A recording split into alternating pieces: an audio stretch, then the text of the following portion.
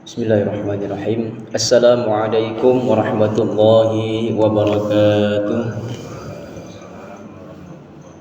Alhamdulillah. Alhamdulillahi rabbil alamin. Alladzi arsala rasulahu bil huda wa dinil haqq liyuzhirahu 'alad dini kullih wa kafa billahi shahida. Nashhadu an la ilaha illallah wahdahu la syarika lah wa nashhadu anna Muhammadan 'abduhu wa rasuluhu la nabiyya wa la rasulahu ba'dah. Allahumma salli wa sallim wa barik ala sayyidina Muhammadin asyrafil anbiya'i wal mursalin wa ala alihi wa ashabihi ajma'in, amma ba'du. Bapak, ibu-ibu, jemaah salat subuh Masjid Baitus Salam yang dimuliakan Allah Subhanahu wa taala. Marilah kita bersyukur kepada Allah Subhanahu wa taala. Alhamdulillah kita masih diberikan keistiqomahan dalam kebaikan. Mudah-mudahan amal ibadah yang kita lakukan senantiasa diterima oleh Allah Subhanahu wa taala. Apalagi kita saat ini berada di bulan Rajab, yang mana bulan Rajab ini adalah bulan yang dimuliakan Allah Subhanahu wa taala, sehingga amal saleh yang kita amalkan di bulan ini dilipat gandakan pahalanya di sisi Allah Subhanahu wa taala dibanding bulan-bulan yang lain. Dan tak lupa kita juga memperbanyak sholawat serta salam kepada Nabiullah Muhammad sallallahu alaihi wasallam, dengan harapan mudah-mudahan kita semua diakui sebagai umatnya dan mendapatkan syafaat dari beliau sallallahu alaihi wasallam atas izin Allah.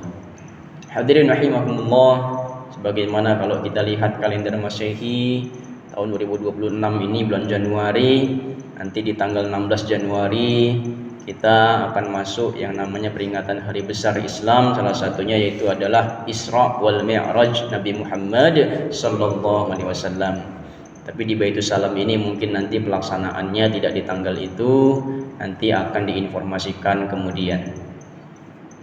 Mengenai hal ini, maka marilah kita sedikit mempelajari sejarah daripada peristiwa besar ini, yaitu Isra Mi'raj ini, agar mungkin nanti peringatan nanti yang kita akan laksanakan tidak hanya sekedar rutinitas tahunan, tetapi kita bisa sedikit memahami peristiwa Isra wal Mi'raj itu dengan utuh dari awal hingga akhirnya, sebagaimana dijelaskan dalam Al-Quran, hadis-hadis yang sahih, serta kitab-kitab sirah atau kitab-kitab sejarah Islam dan tafsir para ulama.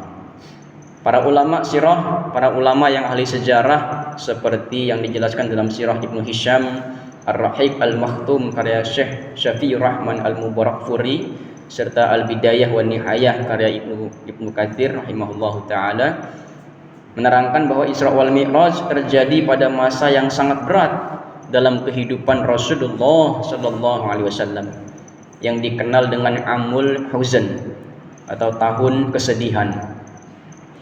Pada masa itu Rasulullah sallallahu alaihi wasallam kehilangan istri tercinta beliau, yaitu Khadijah radhiyallahu taala anha, dan paman yang beliau cintai juga, yaitu yang sering melindungi beliau, yaitu adalah Abu Thalib. Ditambah lagi dakwah beliau sallallahu alaihi wasallam di Taif ditolak dengan cara yang sangat menyakitkan.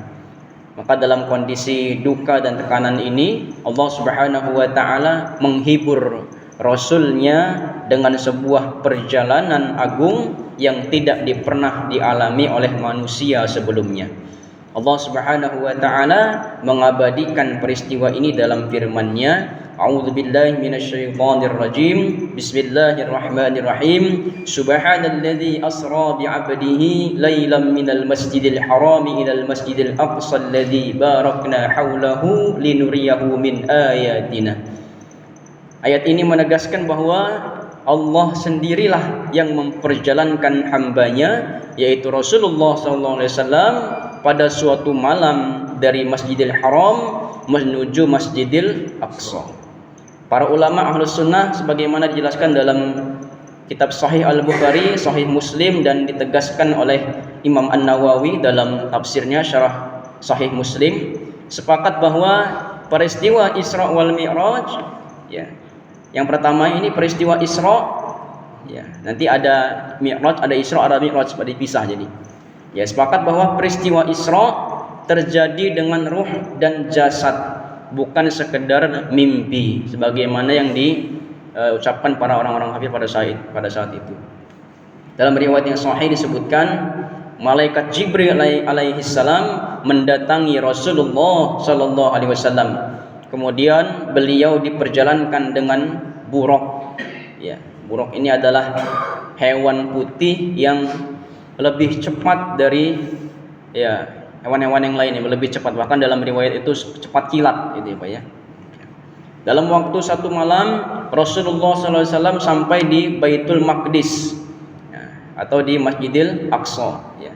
Nah, di Masjidil Aqsa beliau menunaikan sholat dan mengimami para nabi dan rasul sebagaimana disebutkan oleh Ibnu Katsir dalam tafsir dan kitab sejarahnya.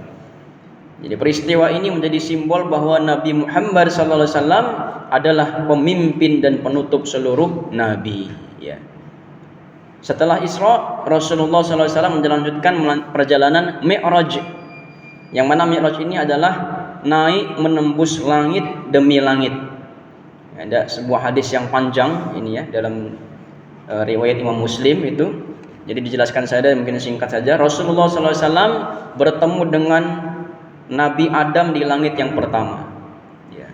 Kemudian bertemu lagi di langit kedua itu dengan Nabi Isa dan Nabi Yahya. Nabi Yusuf itu ketemu lagi dengan Nabi Yusuf di langit yang ketiga. Ketemu lagi di langit keempat dengan Nabi Idris ya. Ketemu lagi dengan Nabi Harun di langit kelima, Nabi Musa di langit keenam, dan Nabi Ibrahim di langit ketujuh. Dan semua nabi itu kita simpulkan bahwa menyambut Rasulullah SAW dengan penuh penghormatan dan doa-doa terbaiknya, insyaallah.